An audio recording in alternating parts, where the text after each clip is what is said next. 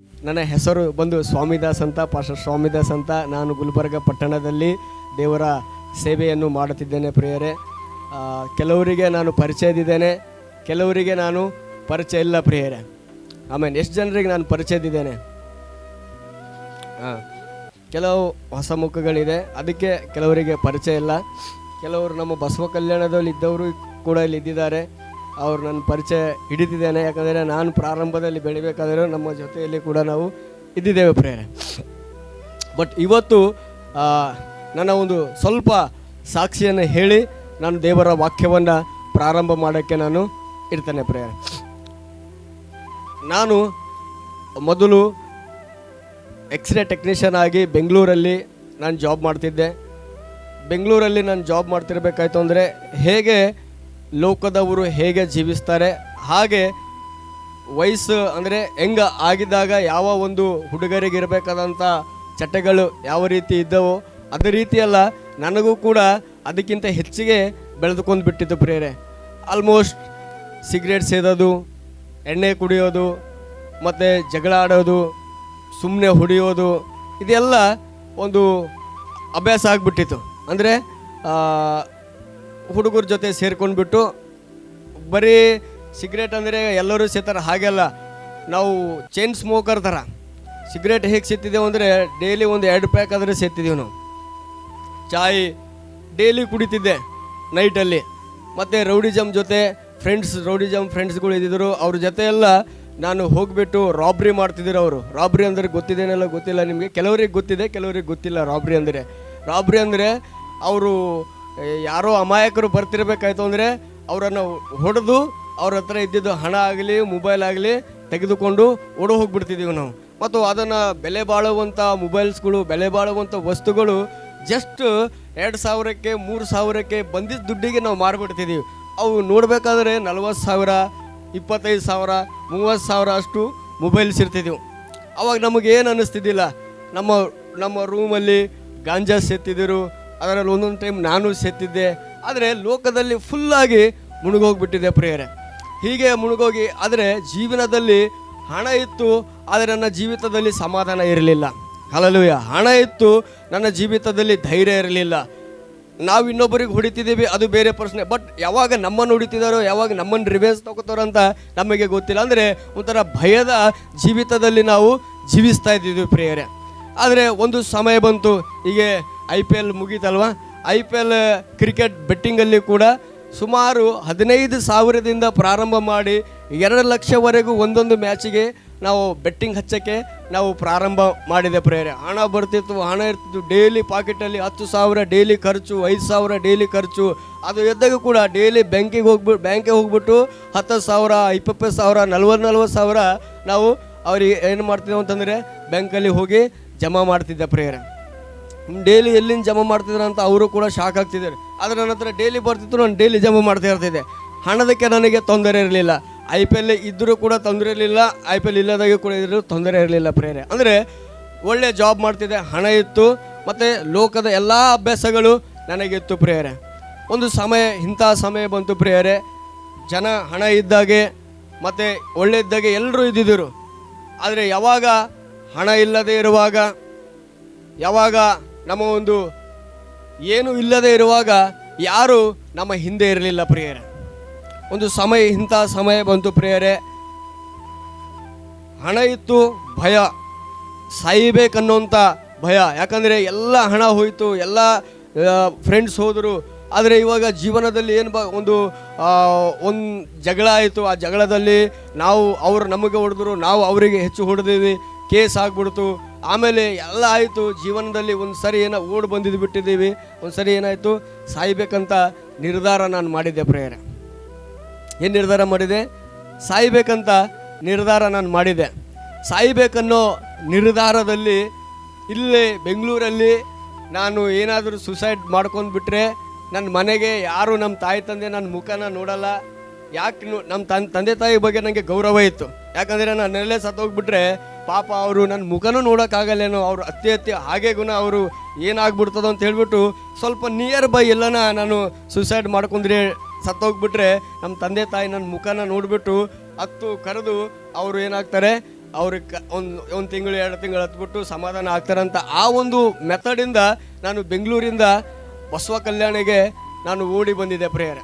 ನಮ್ಮ ಅಣ್ಣನ ಹತ್ರ ಬಂದಿದಾಗ ಏನಿರಲಿಲ್ಲ, ಬರೀ ಒಂದು ಪ್ಯಾಂಟು ಒಂದು ಶರ್ಟಲ್ಲಿ ಓಡಿ ಬಂದಿದೆ. ಎಲ್ಲ ಬಟ್ಟೆ, ಡ್ರೆಸ್, ಪಾತ್ರೆ ಎಲ್ಲ ನಂದು, ಸರ್ಟಿಫಿಕೇಟ್ಸ್ ಎಲ್ಲ ನಂದು. ನಾ ಯಾವ ರೂಮಲ್ಲಿ ಜಗಳ ಆಡಿದೆವೋ ಆ ರೂಮ್ ಬಿಟ್ಟು ಓಡಿ ಬಂದೆ. 3 ಅಪ್ಟೇರ್ ಬಿಲ್ಡಿಂಗ್ ಇತ್ತು. ಫಿಲಿಮಲ್ಲಿ ನೋಡಿರಲ್ಲ ನೀವು, ಜಗಳ ಆದಾಗೆ ಅವರು ರೌಡಿಗಳು ಹೇಗೆ ಮಾಡ್ತಾರಲ್ಲ, ಆ ಫಿಲಿಮಲ್ಲಿ ನಾವು ರಿಯಲ್ ಆಗಿ ಹಾಗೆ ಮಾಡಿದ್ದೀವಿ. ರಿಯಲ್ ಆಗಿ ಹಾಗೆ ಮಾಡಿದಾಗ ಹೆಣ್ಣು ಮಕ್ಕಳೆಲ್ಲ ಬೊಬ್ಬೆ ಹಾಕೋದು, ಗಂಡಸು ಮಕ್ಕಳೆಲ್ಲ ಬೊಬ್ಬೆ ಹಾಕೋದು, ಅವರಿಗೆಲ್ಲ ಬೈದು ನಾವು ರಿಟರ್ನ್ ಬಂದುಬಿಟ್ಟಿದ್ದೀವಿ. 3 ದಿವಸ ಮೈಸೂರು ಟು ಬೆಂಗಳೂರು, ಹಣ ಇದ್ದಷ್ಟಿಗೆ ಮೈಸೂರು ಬೆಂಗಳೂರು ತಿರುಗಿದೇವಿ. ಹಣ ಎಲ್ಲ ಮುಗ್ದೋಯ್ತು. ಅಲ್ಲಿ ಪಾರ್ಕಲ್ಲಿ ಮಲ್ಕೊಂಡಿವಿ, ಪಾರ್ಕಲ್ಲಿ ಇದು ಮಾಡಿದ್ವಿ. ಸಮಯ ಹೀಗೆ ಬಂತು ಅಂತ ಹೇಳಿದ್ರೆ ಎಲ್ಲ ಏನಿಲ್ಲ, ನಾನು ಯೋಚನೆ ಮಾಡಿದೆ, ಆಯಿತು ಲೈಫ್ ಎಂಡ್ ಮಾಡಬೇಕು ಅನ್ನೋಂಥ ಸಮಯದಲ್ಲಿ ಬಸವ ಕಲ್ಯಾಣಿಗೆ ನಾನು ಓಡಿ ಬಂದಿದಾಗ ಅಲ್ಲಿ ಉತ್ತಮವಾಗಿ ನಾನು ಹುಟ್ಟಿದಾಗಿಂದನೇ ಕ್ರೈಸ್ತನ್. ಮತ್ತೆ ಹಲ್ಲೆಲೂಯಾ, ನಾನು ಹುಟ್ಟಿದಾಗಿಂದನೇ ಕ್ರೈಸ್ತನ್, ಧಾರ್ಮಿಕವಾದಂಥ ಕ್ರೈಸ್ತನು.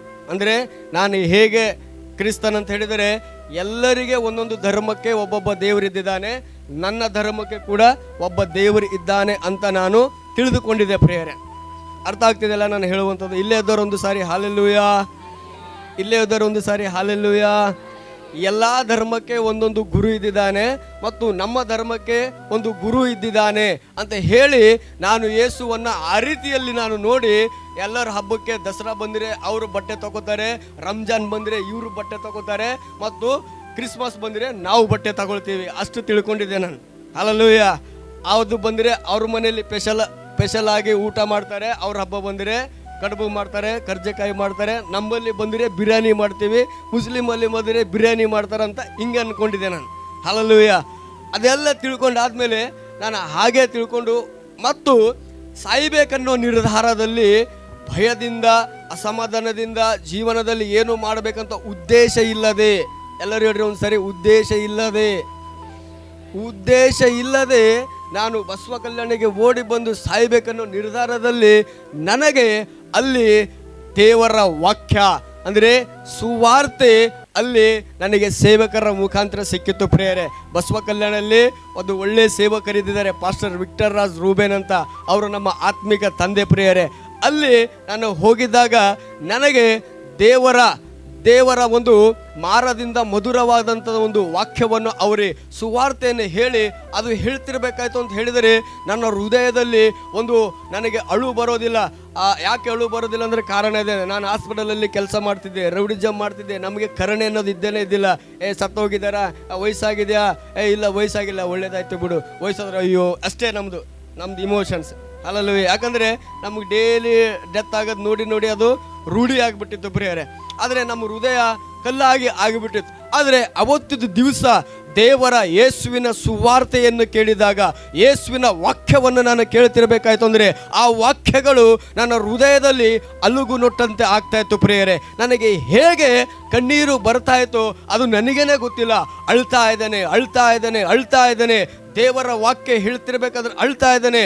ಅವಾಗ ಒಂದು ಸಾರಿ ನಿರೀಕ್ಷೆ ಬಂತು, ಮತ್ತು ಒಂದು ಸಮಾಧಾನ ಬಂತು, ಒಂದು ಬೆಳಕು ನನ್ನ ಹೃದಯದಲ್ಲಿ ಬಂತು ಪ್ರಿಯರೇ. ಸಾಯ್ಬೇಕು ಅಂದುಕೊಂಡವನು ನಾನು ಬದುಕಬೇಕು, ಯೇಸುವಿಗಾಗಿ ನಾನು ಬದುಕಬೇಕು ಅನ್ನೋ ನಿರ್ಧಾರ ಅಲ್ಲಿಂದ ಪ್ರಾರಂಭ ಆಯಿತು ಪ್ರಿಯರೇ. ಹಲ್ಲೆಲೂಯಾ. ಪ್ರಾರಂಭ ಆದ ಮೇಲೆ, ಅಯ್ಯೋ ಯೇಸುವನ್ನು ನಂಬ್ಕೊಂಡಾದ್ಮೇಲೆ ಎಲ್ಲ ಚಕ ಯಾರೋ ಬಂದರು, ನಮಗೆ ಸುಟ್ಕೇಸಲ್ಲಿ ಕೊಟ್ಟರು, ನಾನು ಡ್ರೆಸ್ ತಗೊಂಡೆ, ನಾನು ಅದು ತಗೊಂಡೆ, ಇದು ಗಾಡಿ ತಗೊಂಡೆ, ಮದುವೆ ಮಾಡ್ಕೊಂಡೆ ಅಂತ ಹಾಗೆಲ್ಲ ಏನೂ ಆಗಲಿಲ್ಲ ಪ್ರಿಯರೇ. ಆಮೇನ್. ನಾನು ಯೇಸುವನ್ನು ನಂಬ್ಕೊಂಡೆ, ಲೋಕದಲ್ಲಿ ಎಂಜಾಯ್ ಆಗಿ ಜಾಲಿಯಾಗಿ ಡ್ರೆಸ್ ಮೇಲೆ ಡ್ರೆಸ್ಸು ಅಲ್ಲಿ ಇಲ್ಲಿ ಓಡಾಡ್ತಾ ಇದ್ದೆ. ಆದರೆ ಯೇಸುವನ್ನು ನಂಬಿದ ಮೇಲೆ ನನ್ನ ಜೀವಿತದಲ್ಲಿ ನನಗೆ ಬದಲಾವಣೆ ಆಯಿತು. ಆದರೆ ನನ್ನ ಪರಿವರ್ತನೆ ಇನ್ನೂ ಅದು ನನ್ನ ಹೃದಯದಲ್ಲಿ ಪರಿವರ್ತನೆ ಆಯಿತು. ಆದರೆ ನನ್ನ ಜೀವಿತದಲ್ಲಿ ಪರಿವರ್ತನೆ ಆಗೋಕ್ಕೆ ಕೆಲವು ಸಮಯ ಬೇಕಾಯಿತು ಪ್ರಿಯರೇ. ಹಲ್ಲೆಲೂಯಾ. ಅನೇಕರು ಇವತ್ತು ಅಂದುಕೊಂಡಿದ್ದಾರೆ ಯೇಸುವಲ್ಲಿ ಬಂದರೆ ಬಿಡುಗಡೆ,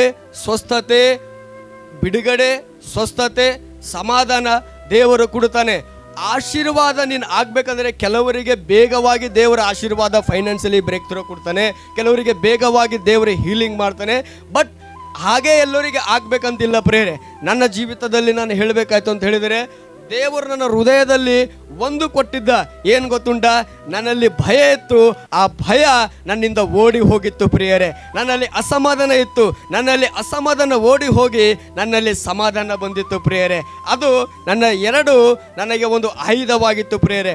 ಅದು ಎರಡನ್ನು ಹಿಡಿದುಕೊಂಡು ಈ ದೇವರ ವಾಕ್ಯವನ್ನು ನಾನು ದಿನನಿತ್ಯ ಓದಕ್ಕೆ ಪ್ರಾರಂಭ ಮಾಡಿದ್ದೆ. ಎಷ್ಟು ಓದ್ತಿದೆ ಅಂತ ಹೇಳಿದರೆ, ಬೆಳಗ್ಗೆ ಕೂತ್ಕೊಂಡ್ರೆ ಯಾವಾಗ ಸಮಯ ಹೋಗ್ತದೋ ನನಗೆ ಗೊತ್ತೇ ಆಗ್ತಿರಲಿಲ್ಲ. ನಾನು ಓದ್ತಿದ್ದೆ 20 ಚಾಪ್ಟರು, 28 ಚಾಪ್ಟರು, 40 ಚಾಪ್ಟರು ಡೈಲಿ ಓದ್ತಾ ಇದ್ದೆ. ನಾನು ಡೈಲಿ ಮತ್ತು ಪ್ರಾರ್ಥನೆ ಆರಾಧನೆಯಲ್ಲಿ ಬೆಳಗ್ಗೆ ಕೂತ್ಕೊಂಡ್ರೆ 4 ಗಂಟೆಗೆ 5 ಗಂಟೆಗೆ ನಾನು ಮೊಳಕಾಲು ಹಾಕಿದ್ದು ಎದ್ದೇಳ್ತಿದ್ದೆ ಪ್ರೇರೆ. ಯಾಕೆ ಹಾಗಂದರೆ ನನಗೆ ಅದಕ್ಕೆ ಬಿಟ್ಟು ಬೇರೆ ನಿರೀಕ್ಷಣೆ ಇಲ್ಲ. ಯೇಸುವೆ, ನಾನು ನಿನ್ನಲ್ಲಿ ಬಂದಿದ್ದೇನೆ. ಏಸಯ್ಯ, ನಾನು ನಿನ್ನ ಪಾದದಲ್ಲಿ ಬಂದಿದ್ದೇನೆ.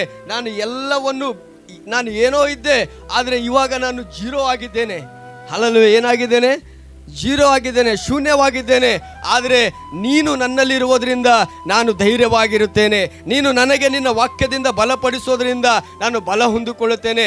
ಇದರಲ್ಲಿ ಅನೇಕ ವಚನಗಳು, ನೀನು ಬಡವನಲ್ಲ, ನೀನು ಐಶ್ವರ್ಯವಂತನಾಗಿದ್ದಿ, ನೀನು ಕೊರತೆ ಪಡುವನಲ್ಲ, ಕೊರತೆಯನ್ನು ನೀಗಿಸುವನಾಗಿದ್ದಿ. ಇದರಿಂದ ಒಂದೊಂದು ವಚನಗಳು ನನ್ನ ಹೃದಯಕ್ಕೆ ಅದು ಪ್ರೋತ್ಸಾಹ ಕೊಡ್ತಿತ್ತು ಪ್ರಿಯರೇ. ಆ ಪ್ರೋತ್ಸಾಹದಿಂದ, ನಂಬಿಕೆಯಿಂದ ನಾನು ಯೇಸು ಮೇಲೆ ನಾನು ವಿಶ್ವಾಸವನ್ನು ಮಾಡಿ ಯೇಸುವಿನ ಹೆಜ್ಜೆ ಜಾಡಿದಲ್ಲಿ ನಡೀತಿರಬೇಕಾದ್ರೆ ನನ್ನ ಜೀವಿತದಲ್ಲಿ ಒಂದಾದ್ಮೇಲೊಂದು ನನ್ನ ಜೀವಿತದಲ್ಲಿ ಬದಲಾವಣೆ ಆಗೋದಕ್ಕೆ ಮಾರ್ಪಾಟವಾಯಿತು ಪ್ರಿಯರೇ. ಹಲ್ಲೆಲೂಯಾ. ನಾನು ಏನೆಲ್ಲ ಕಳ್ಕೊಂಡಿದ್ದೇನೋ ಲೋಕದಲ್ಲಿ ಇರಬೇಕಾದ್ರೆ ಅದನ್ನೆಲ್ಲ ದೇವರು ಆತ್ಮೀಕತೆಯಲ್ಲಿ ಬಂದಾಗ ಒಳ್ಳೆ ಜಾಬ್ ಕೊಟ್ಟ. ಯಾವ ಜಾಬ್ ಕಳ್ಕೊಂಡಿದ್ದೆ ಅದೇ ಜಾಬ್ ಕೊಟ್ಟ. ಆ ಜಾಬ್ದಿಂದಲೇ ನಾನು ಒಳ್ಳೆ ಬೈಕ್ ತಗೊಂಡೆ, ಮದುವೆ ಮಾಡಿಕೊಂಡೆ.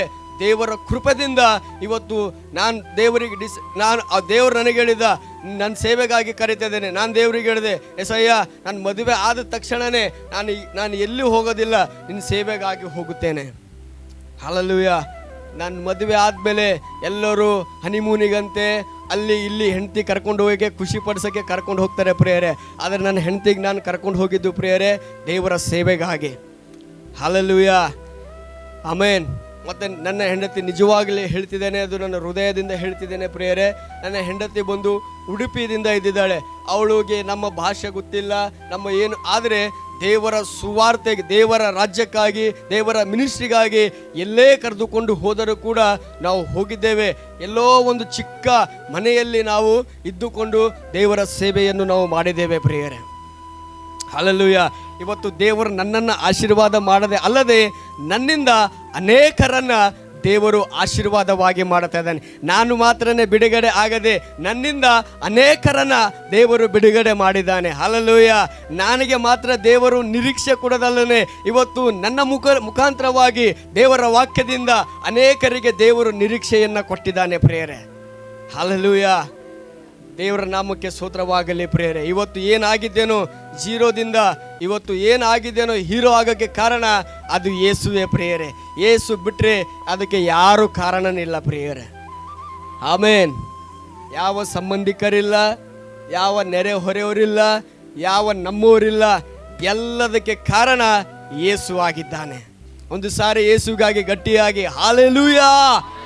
ಯಾರ ಜೀವಿತದಲ್ಲಿ ದೇವರು ಅದ್ಭುತ ಮಾಡಿದಾನೆ ಅವರು ಒಂದು ಸಾರಿ ಗಟ್ಟಿಯಾಗಿ ಹೃದಯದಿಂದ ಹಲ್ಲೆಲೂಯಾ